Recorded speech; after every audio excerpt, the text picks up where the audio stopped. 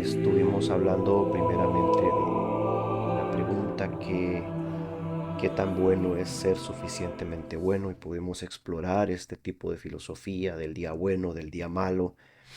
Pudimos ampliarlo un poco más en el capítulo 2 cuando hablamos del fariseo y del publicano. Si ustedes tienen alguna consulta, alguna duda con respecto a esto o quieren recordar, recuerden que ya hemos subido estas grabaciones y les hemos compartido el link. Mis hermanos, el capítulo 3 del libro tiene como título Predíquese el Evangelio a usted mismo. Y el versículo introductorio es uno de los versículos, considero que es de los versículos más importantes para la persona que está en Cristo. De los más importantes para que la persona que está en Cristo comprenda, entienda que es esa unión a Cristo Jesús que nos libera de dos cosas importantes: del poder condenatorio del pecado y de su dominio. Y vamos a empezar con este versículo que es Romanos 8:1. Si usted tiene una Biblia en mano, trasládese por favor a Romanos capítulo 8, versículo 1. Dice así: ahora pues ninguna condenación hay para los que están en Cristo Jesús, los que no andan conforme a la carne, sino conforme al Espíritu. Hermano y hermana, usted debe entender en esta noche de que no hay condenación alguna de parte de Dios para usted si usted está en Cristo Jesús, o como lo dice esta otra traducción que tengo acá, para los que están unidos a Cristo Jesús. Y yo creo que de nuestra boca debería salir un fuerte y agradecido amén por estas palabras que nos reafirman esta salvación eterna que ha sido provista por Dios a través del sacrificio de su Hijo. Mis hermanos, debemos predicarnos el Evangelio todos los días. Tenemos que olvidarnos de esta falsa concepción de que el Evangelio simplemente es para alcanzar al perdido. Y una vez que el perdido ha sido alcanzado, que ya no es más perdido, sino que ha sido encontrado, que ha sido trasladado del reino de las tinieblas al reino de la luz, ya debemos de detenernos con la predicación del Evangelio. Y ahora esta persona pasa a discipularse. Pasamos de página con el Evangelio. No, esto no es así. Es el Evangelio el que nos brinda esta perspectiva de vida que ahora como creyente en Cristo debo tener.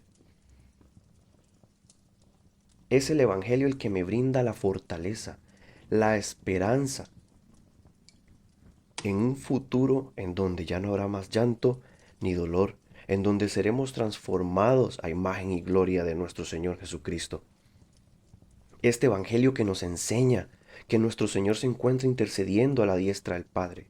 Este Evangelio que nos enseña que cada vez que pecamos podemos ir confiadamente delante de este sacerdote. No un sacerdote apático que cumple su función desde un punto de vista, por así decirlo, profesional. Yo estoy aquí para realizar este trabajo y punto.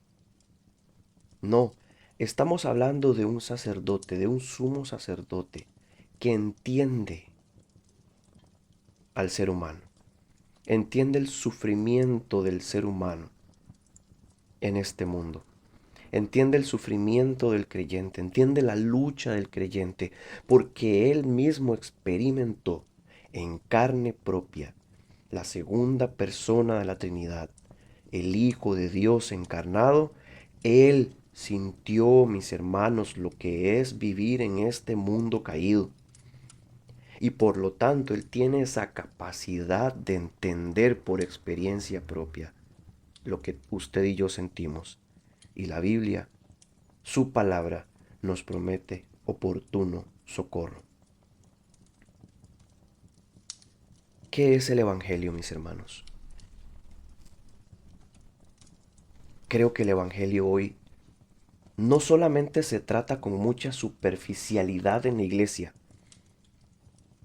sino que también en las campañas de evangelismo, en la evangelización puerta a puerta, inclusive cuando evangelizamos a nuestros conocidos, utilizamos una serie de pasos y parece más una metodología para vender un producto que el evangelio mismo. Y esto, mis hermanos, es un grave problema. Es un grave problema. Por eso en esta noche nos vamos a dedicar, en estos 45 minutos que nos quedan de lección, estamos empezando, a encontrar siete verdades que nos ayuden a entender el Evangelio. Comprendamos una cosa. La verdad de las Escrituras es vasta, mis hermanos, y es infinita. De este lado de la eternidad, no va a ser posible para nosotros comprender el Evangelio a cabalidad. Es imposible. Pero nosotros, como hijos de Dios, debemos hacer un esfuerzo honesto por conocer al Dios de las Escrituras. Hemos escuchado muchos métodos de evangelismo. Hemos escuchado, por ejemplo, el cubo evangelístico, que es este cubo que se desarma y se hace de diferentes formas, que incluye imágenes, que ilustran cada uno de los puntos importantes que debemos seguir al pie de la letra para predicar el Evangelio y llevar al oyente de un lugar a otro, ¿verdad? Tenemos, por ejemplo, el libro sin palabras, que es un libro cuya página tiene un color distinto y representa cada uno de esos momentos o fases a través de los que tenemos que llevar al oyente al punto, o al clímax o al objetivo que es una conversión. Y creo que estos métodos, sin necesidad de condenarlos, no estoy condenando ningún método acá, muchas veces se han puesto por encima de perfeccionar la comunicación y la predicación del Evangelio. Es decir, perfeccionamos el método, pero no estamos yendo a la escritura para comunicar el Evangelio cada vez más de una manera precisa. Muchas veces vamos a la persona, tú eres pecador. La persona dice, sí, yo soy pecador, pero todos lo somos. Bueno, sí, es cierto, todos lo somos, todos necesitamos el Evangelio, pero entiende que Dios tiene un plan maravilloso para tu vida. Esto yo lo he escuchado muchas veces y yo he caído en ese error también.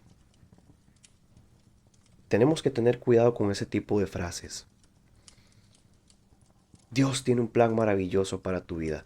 Mis hermanos amados, todas las personas tienen un plan maravilloso para su vida.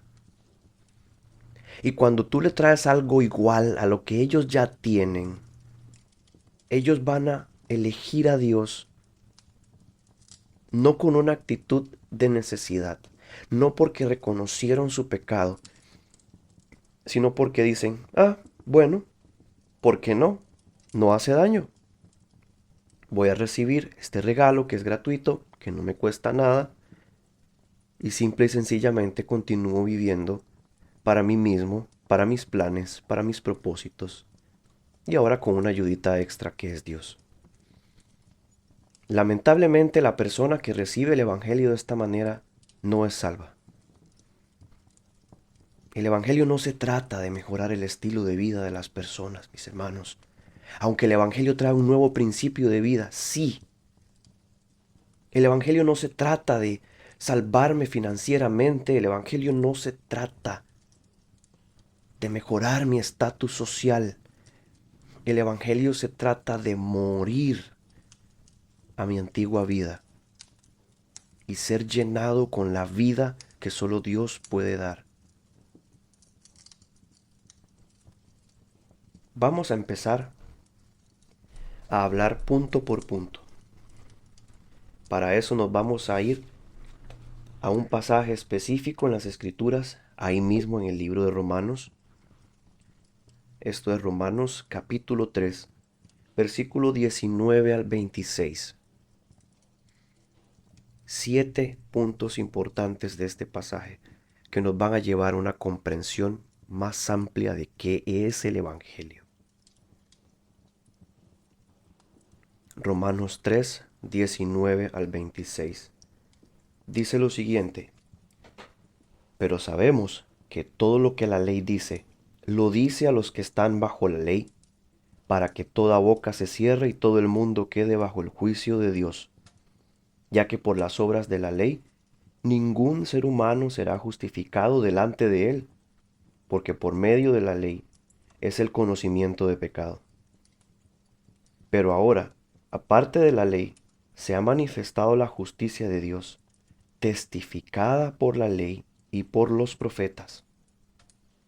La justicia de Dios por medio de la fe en Jesucristo, para todos los que creen en Él, porque no hay diferencia, por cuanto todos pecaron y están destituidos de la gloria de Dios, siendo justificados gratuitamente por su gracia, mediante la redención que es en Cristo Jesús, a quien Dios puso como propiciación por medio de la fe en su sangre, para manifestar su justicia, a causa de haber pasado por alto en su paciencia los pecados pasados,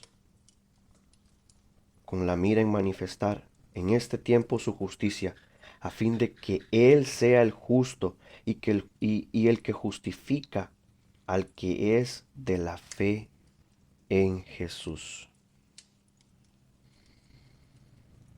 7 verdades, mis hermanos, de este pasaje, en las cuales debemos meditar en esta noche. Verdades a las que, rogando a Dios que a través del poder del Espíritu Santo que habita en nosotros, nos dé la capacidad de obedecer, primero de creer y de apropiar para nuestra vida, pero luego la capacidad para obedecer. Número 1, lo que usted como hijo de Dios debe recordar.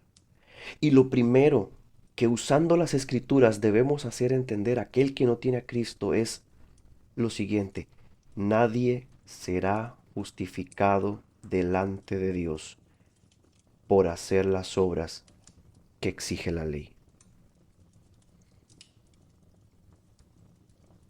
La ley tiene una función específica para cumplir. Y discúlpenme mis hermanos porque no hay tiempo para profundizar en esto, ni tampoco soy un experto. Pero, hermanos, la ley no fue dada. El propósito de la ley no fue dado para llevar a las personas a la salvación. Leemos el 19 al 21, pero sabemos que todo lo que la ley dice, lo dice a los que están bajo la ley, para que toda boca se cierre y todo el mundo quede bajo el juicio de Dios. Una de las tantas funciones que tiene la ley es demostrarnos nuestra incapacidad para cumplir el estándar perfecto del Dios Santo. No puedes. No puedes. La ley es una perfecta revelación del carácter del Dios Santo, Santo, Santo. Ese Dios que se reveló en la montaña con truenos, con temblores, con fuego. Dios en su máximo esplendor. En temor y temblor, la nación de Israel tuvo que atravesar por este momento traumático para ellos.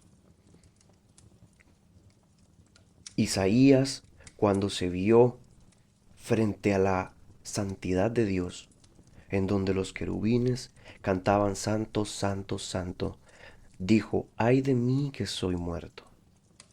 Otras versiones del texto dicen: ay de mí que soy deshecho. Quiero que vayamos a dos pasajes específicamente. El primero es Santiago 2:10. Porque cualquiera que guardare toda la ley pero ofendiere en un punto, se hace culpable de todos. Ese es el primer pasaje. El segundo pasaje al que les invito a ir es el de Gálatas capítulo 3, versículo 10.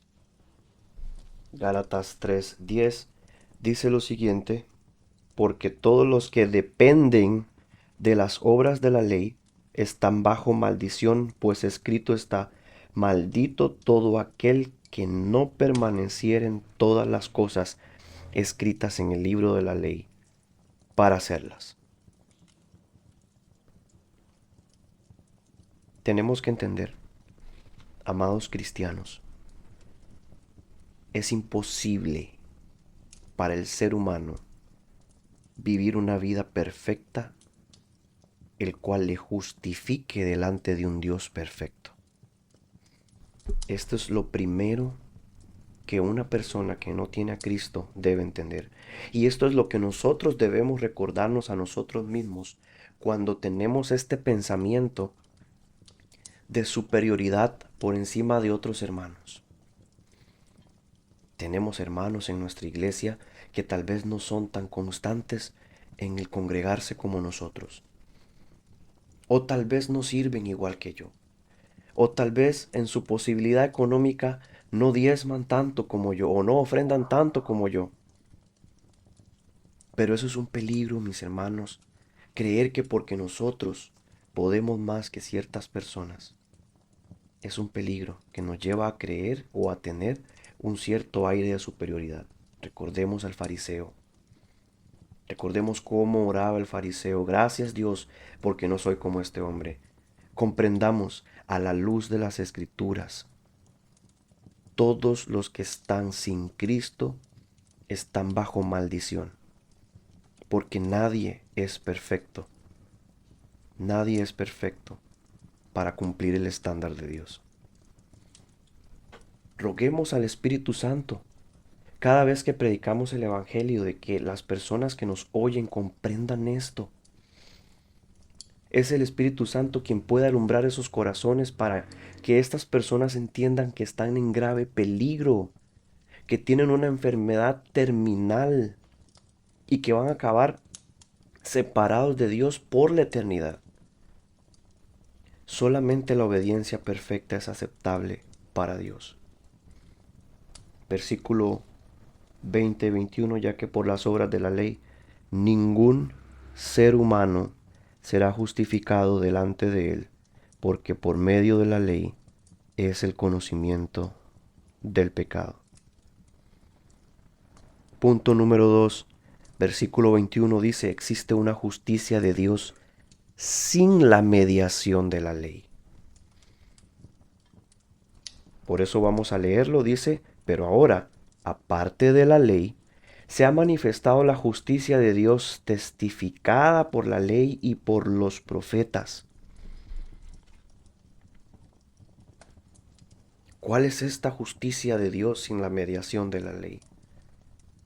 Quiere decir que Dios está ofreciendo una alternativa, o la alternativa, la única a la que seres humanos imperfectos, muertos en delitos y pecados, como dice la Escritura, la única alternativa a la que nosotros podemos recurrir es buscar esa justicia de Dios que no se da a través de cumplir la ley. Recordemos que en Gálatas el escritor, o sea Pablo, nos dice que la función de la ley fue llevarnos a esa comprensión de nuestro pecado. Por ende, que sea nuestro ayo, es decir, nuestro maestro, para que nosotros dirijamos nuestra mirada a aquel que sí fue capaz de cumplir las exigencias de Dios. No sé si me estoy dando a entender acá, hermanos. No podemos lograrlo por nuestra propia cuenta. Necesitamos esta justicia de Dios, este regalo divino. Si nosotros nos dirigimos al capítulo 5 de Romanos, es un par de capítulos después, Romanos 5, 12 al 19, dice lo siguiente: por tanto, como el pecado entró en el mundo por un hombre, y por el pecado la muerte, así la muerte pasó a todos los hombres, por cuanto todos pecaron. Pues antes de la ley había pecado en el mundo, pero donde no hay ley no se inculpa de pecado. No obstante, reinó la muerte desde Adán hasta Moisés, aun en los que no pecaron a la manera de la transgresión de Adán, el cual es figura del que había de venir. Esta frase final es importante. Este Adán era una figura del que había de venir. Pero el don no fue como la transgresión, dice el versículo 15. Porque si por la transgresión de aquel uno, murieron los muchos, abundaron mucho más para los muchos la gracia y el don de Dios por la gracia de un hombre, Jesucristo. Y con el don no sucede como en el caso de aquel uno que pecó, porque ciertamente el juicio vino a causa de un solo pecado para condenación, pero el don vino a causa de muchas transgresiones para justificación. Pues si por la transgresión de uno solo reinó la muerte, mucho más reinará en vida por uno solo, Jesucristo, los que reciben la abundancia de la gracia y del don de la justicia. Así que, como por la transgresión de uno vino la condenación a todos los hombres, de la misma manera, por la justicia de uno, vino a todos los hombres la justificación de vida.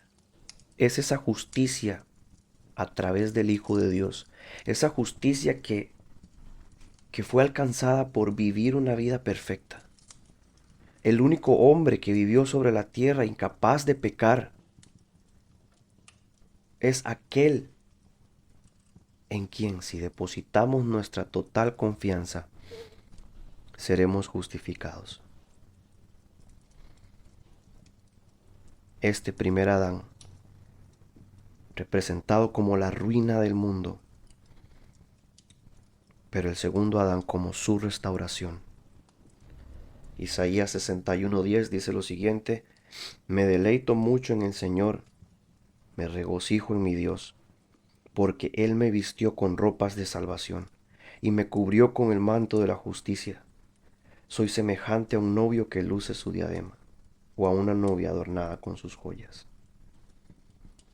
Siguiente punto, mis hermanos, punto número 3. Esta justicia de Dios es recibida mediante la fe. ¿Qué debo hacer para ser salvo? Regresamos a nuestro pasaje base, que es Romanos capítulo 3, y ahora leemos el verso 22. La justicia de Dios por medio de la fe en Jesucristo para todos los que creen en Él, porque no hay diferencia. Todos pecaron y están destituidos de la gloria de Dios. Esta justicia solamente puede ser recibida a través de la fe. De la fe, mis hermanos. La fe en Jesucristo, la fe en que este hombre de verdad es Dios, de que caminó como hombre sobre esta tierra, de que vivió una vida perfecta, de que murió por cada uno de nuestros pecados pasados, presentes y futuros, de que resucitó al tercer día y fue glorificado y ascendió a la diestra del Padre. No puedes negar ninguna de esas verdades si dices que eres cristiano. Debemos aprender a renunciar, mis hermanos, y a depender totalmente de la perfecta justicia y muerte de Jesucristo. Lo que pasa es que hay muchos creyentes que viven de la siguiente manera. Es como si estuviésemos en medio del océano, flotando en la inmensidad del mar, y de repente se acercara un bote salvavidas a nosotros. Pero en lugar de subirnos al bote para ser llevados a un lugar seguro, es como si nos agarráramos de una mano, con una mano del bote, y con la otra quisiéramos seguir nadando. Es esta confianza en nuestro propio mérito. Es esta confianza en nuestro propio desempeño lo que nos impide disfrutar de las bendiciones que solamente podemos encontrar en Dios.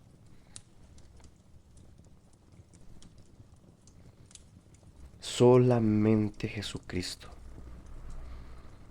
Recordemos Gálatas 2:20, lo que ahora vivo en la fe,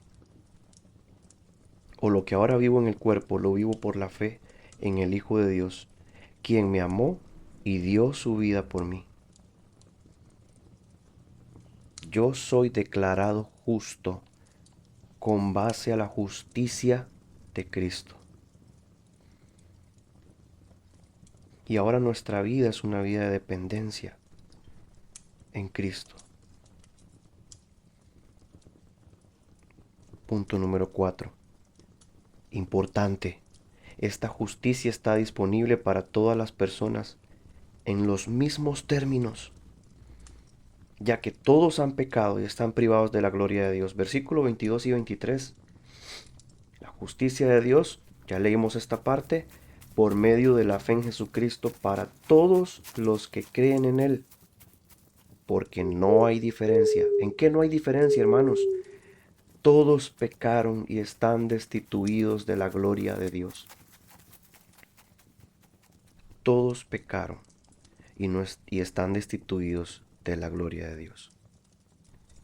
Cuando usted predique el Evangelio, tiene que entender que Dios no ve ninguna diferencia entre la importancia o las consecuencias que tengan distintos pecados. Es inútil fijarnos en esto. Y es una respuesta habitual de aquellos que no tienen a Cristo. Cuando nosotros le preguntamos, ¿usted sabe que es un hombre o una mujer pecadora? La respuesta que yo he escuchado, y supongo que usted también, es sí, bueno, todos somos pecadores. Pero bueno, yo no tomo, voy a fiestas, pero de vez en cuando, y cuando voy, pues regreso temprano a mi casa, no miento. Bueno, en algunas ocasiones todo el mundo miente, ¿verdad? Todo el mundo dice una mentirita blanca. O yo no robo, por ejemplo. Y empiezan las excusas, las excusas. Y aquí vemos una autobiografía de autojustificación del pecado. No se trata de la gravedad o la importancia del pecado que hayamos cometido. Recuerdo en el colegio, mis compañeros eran muy competitivos entre sí en cuanto a los exámenes. No eran muy brillantes algunos de ellos, sin embargo la competencia se mantenía. Como es habitual desde ese momento y hasta ahora, la nota mínima para pasar un examen era de 70. Y una vez estábamos recibiendo un examen, no recuerdo de qué asignatura, y uno de ellos recibió su examen y se retiró un poco avergonzado. Luego llegó otro compañero y tomó su examen y fue a compararlo con el otro. Y cuando vio la nota del otro compañero empezó a burlarse y a reírse, a gritarle en la cara, te gané, yo sabía que te iba a ganar. Y cuando el resto nos acercamos para ver la nota de los dos exámenes, la nota del compañero que obtuvo la calificación más baja era de 50 y la nota del otro compañero que lo había superado era de 55. Obviamente nos causó mucha gracia al momento, nos causó mucha risa, porque no importaba si el otro le había ganado por 5 o 10 puntos, ninguno de los dos había pasado la prueba. Y es igual con Dios, mis hermanos. Tienes que ser perfecto para ganarte la aprobación de Dios y nadie puede. Peques en más o en menos medida que aquel o el otro, no puedes ganarte la vida eterna por tus propias obras. Y esto es una realidad de toda la humanidad, de todos aquellos que no tienen a Cristo. Están en grave peligro, hermanos. Ellos deben de entender la gran necesidad que tienen de un Salvador. Este punto es de los más importantes. No podemos hablar de las buenas nuevas si no hablamos primero de las malas noticias. Y las malas noticias es, si no tienes a Cristo, estás bajo condenación. y vivirás eternamente en un castigo, eternamente separado por rechazarle. Todos somos culpables, no hay distinción, dice Pablo. No importa cuánto te compares, compárate con cualquier personaje de estos conocidos que ha cometido crímenes alrededor del mundo, estos documentales que se han vuelto famosos por hablar de crímenes y cómo se desarrollaron y tratar de penetrar en la mente de, de los criminales. No importa con quién te compares, si no eres perfecto, no puedes ser salvo. Y vamos al siguiente punto. Todos los que ponen su fe en Jesucristo son justificados gratuitamente por la gracia de Dios. Para eso leemos el verso 24. Siendo justificados, ¿cómo? Y quiero que haga una pausa aquí conmigo. Siendo justificados, ¿cómo? Pregúnteselo todos los días. Si usted es hijo de Dios, ¿cómo es que fui salvo? ¿Quién hizo posible mi salvación? Siendo justificados gratuitamente por su gracia, mediante la redención que es en Cristo Jesús. Somos declarados libres de culpa. No solamente somos absueltos de toda culpa, también somos declarados justos. Esto es lo que significa la justificación. Esta justificación que se nos ofrece de parte de Dios se basa única y exclusivamente en la obra meritoria de Cristo y nuestra unión en Él. Legalmente, mis hermanos, estamos tan unidos a Cristo y así Dios nos ve, que lo que Cristo hizo es como si lo hubiésemos hecho nosotros. Es como si nosotros hubiésemos vivido esa vida perfecta, mis hermanos. Es como la canción lo describe de una manera tan hermosa. Glorioso intercambio. Sobre sus hombros fue depositado mi pecado, y por la fe su justicia es acreditada a mi cuenta. He sido declarado no culpable y he sido declarado justo al mismo tiempo, por el mérito de Cristo. Romanos 31. ¿Quién acusará a los que Dios ha escogido? Dios es quien nos ha justificado. Gratis. El Evangelio es gratis. Deposita tu fe en Cristo si no has creído en Él. Aunque a Cristo le costó caro, le costó su vida, sangre, ese castigo que sufrió por nosotros. Y a través de ese castigo se abre la puerta para todo aquel que quiera venir. Isaías 55:1. Vengan a las aguas todos los que tengan sed. Vengan a comprar y a comer los que no tengan dinero. Vengan, compren vino y leche sin pago alguno. Qué gran declaración, mis hermanos. Pero qué difícil es para las personas, para el que no tiene a Cristo. Y por eso es que necesitamos el poder del Espíritu Santo, quien convence de pecado. Es la única manera en que las personas sin Cristo puedan entender la gravedad de su condición y puedan contrastarla con la gracia sobreabundante de un Dios misericordioso. Siguiente punto. Esta justificación es mediante la redención que Cristo Jesús efectuó. Precisamente la segunda parte del versículo 24 dice mediante la redención que es en Cristo Jesús. La redención, según Charles Hodge, es la liberación efectuada por el pago de un rescate. ¿Rescatados de qué? ¿De qué es que somos salvos? sino de la ira de Dios. Es la sangre de Cristo, su sacrificio, que ha pagado el rescate de la ira de Dios que estaba sobre nosotros, justa y merecidamente por nuestro pecado. Volviendo un poco atrás, todos somos pecadores, por lo tanto merecedores del castigo eterno.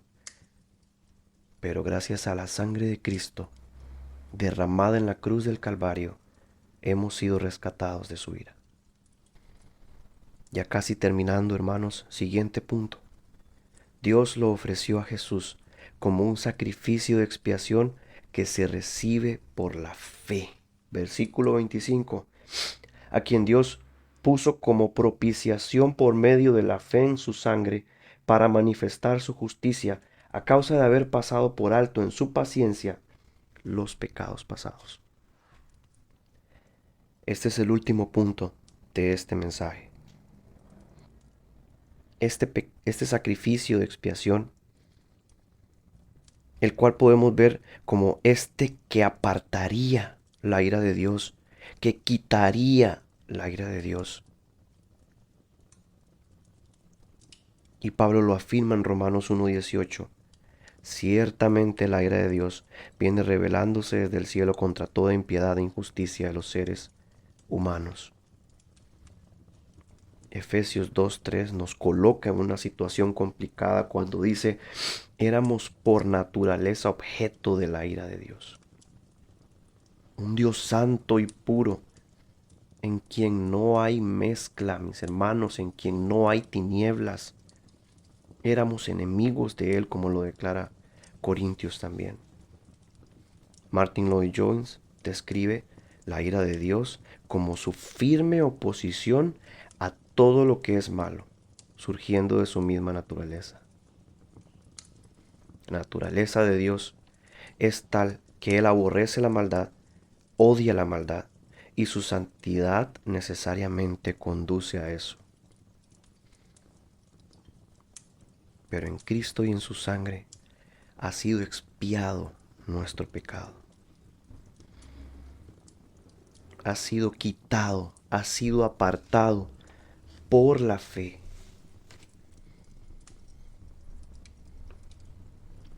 Voy a leer un extracto que considero importante. Leeré textualmente. Es necesario que mencionemos dos puntos importantes sobre este acto propiciatorio de Cristo. Primero, Dios lo presentó o lo exhibió a Él como un sacrificio de expiación. Dios Padre fue quien inició todo el plan de salvación. Dios Padre fue quien dispuso el sacrificio de su Hijo para satisfacer su justicia y apaciguar su propia ira. Cuando tenemos plena conciencia de nuestro pecado y pensamos que de alguna manera la ira divina se cierne sobre nosotros, necesitamos recordar que el Padre mismo fue quien diseñó una forma mediante la cual su ira contra el pecado pudiera ser plenamente ejecutada sin que nosotros experimentáramos la fuerza de esa ira. Fue Cristo, amados cristianos, quien experimentó toda la fuerza de esa ira en su muerte. Dice un himno antiguo y conocido: ¿quién me puede dar perdón? Solo de Jesús la sangre. Y un nuevo corazón, solo de Jesús la sangre. Romanos 4:7-8 dice: dichosos aquellos a quienes se les perdonan las transgresiones y se les cubren los pecados. Dichoso aquel cuyo pecado el Señor no tomará en cuenta aquel día que estés delante del tribunal de Cristo. Aquel día en el que estemos reunidos, podremos disfrutar, mis hermanos, de que nuestro pecado no se tome en cuenta.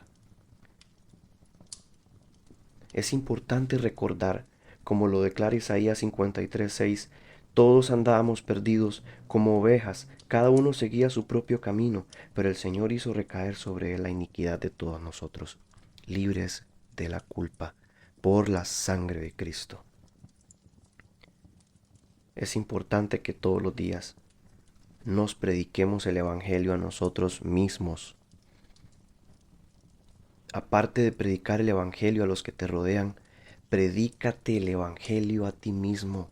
Porque yo me temo que hay muchos cristianos que hacen como dice el texto en Isaías.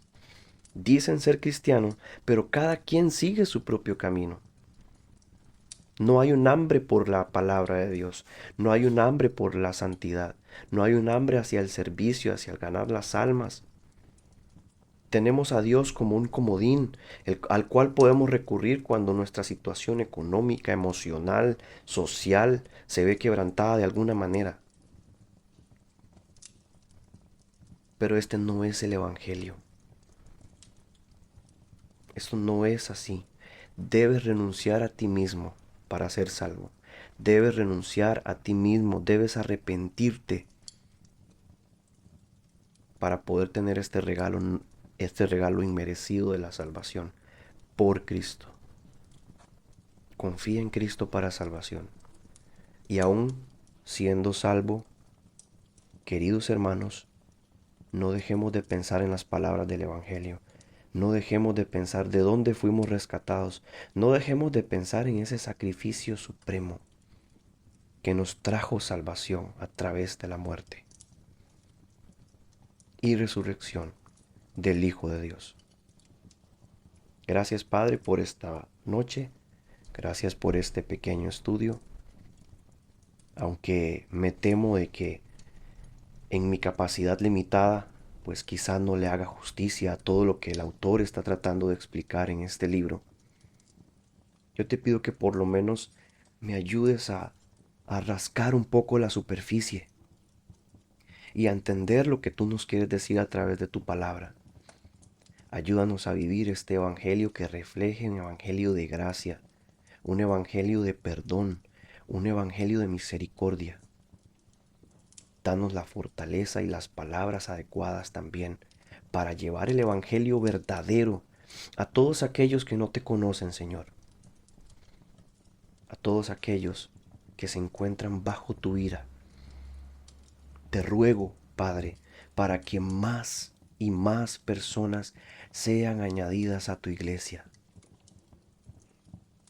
A nosotros, ayúdanos como creyentes y parte de la iglesia a entender nuestra responsabilidad en este aspecto. Ayúdanos también a tener el Evangelio como una norma de vida, a conocernos como personas que una vez estuvimos perdidos, pero hemos sido hallados, a vivir en dependencia constante de tu gracia y tu misericordia, Señor, a hacer todo lo que hacemos por ti, por amor, porque te amamos, porque tú nos amaste primero. Gracias por todo, Padre Celestial, en el nombre de Cristo Jesús. Amén.